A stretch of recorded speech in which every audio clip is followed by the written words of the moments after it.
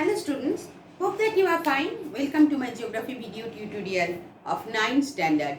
Today I will discuss about the fourth part of the atmosphere.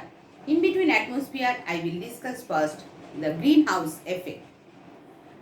The sun is the ultimate source of heat and light for the earth. As we know, the sun is self-illuminating mass of extremely hot gases that emits its energy as heat rays. The sun's energy travels to the earth as a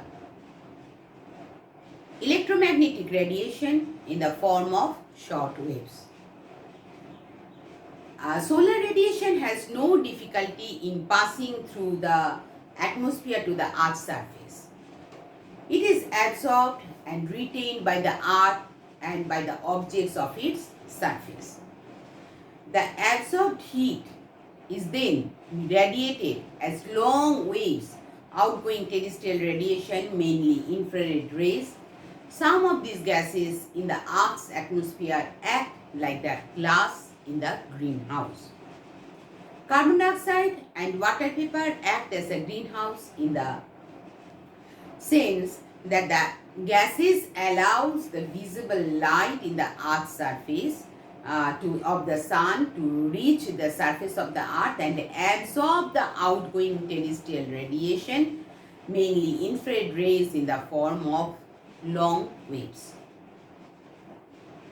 Thus, the atmosphere near the earth's surface is warmed by long wave radiation, the phenomenon in which the atmosphere near the earth's surface is heated up due to the trapping of the infrared rays by carbon dioxide and water vapor in the atmosphere is called the greenhouse effect. Without this greenhouse effect, the earth would not have been too cold to sustain life. So what are the greenhouse gases?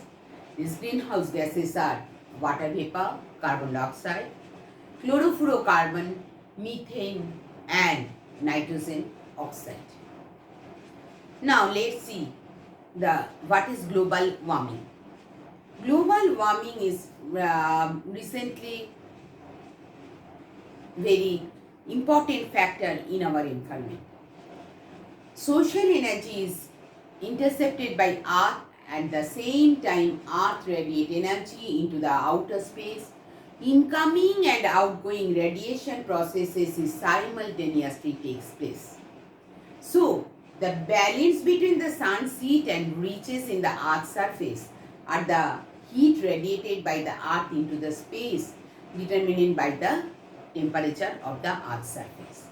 The natural gas present in the atmosphere maintain the balance of global warming and the global temperature ideal for the existence of life. So, according to some climatologists, the temperature of the earth is increasing alarmingly as a result of human activities, reckless cutting down of trees, you know that then burning of vegetation, excessive use of fossil fuels, air pollution, and then that the carbon dioxide gas is emitting too much due to that, etc. This warm layer in the atmosphere radiate the trapped heat energy which further warms the surface of the earth, and this results in gradual increase of temperature in the earth's atmosphere, which changes the climate condition and which is in the global level. That's why it is called global warming. So now let's see what is the effects of global warming. Shrinking of ice cover in Arctic, Antarctic, Alaska and Greenland region. Sea level will rise. Sea water also will submerge the coastal areas. Then the increasing sea's temperature has damaged 90% of the coral and in Indian Ocean. Coral reefs, sometimes referred to the rainforest, which one of the sea serve a breeding ground for many species of mature life.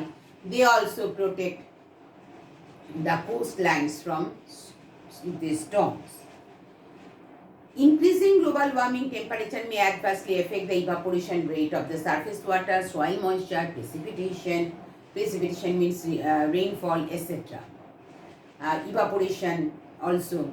They would cause the drying of agricultural land and hence reduction in the average and total crop production.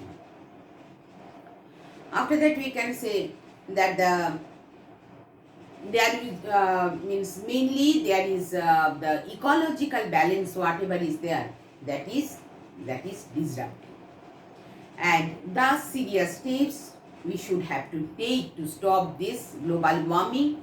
And for example, that the conservation of forest, planting of trees, and then release of carbon dioxide we have to take care.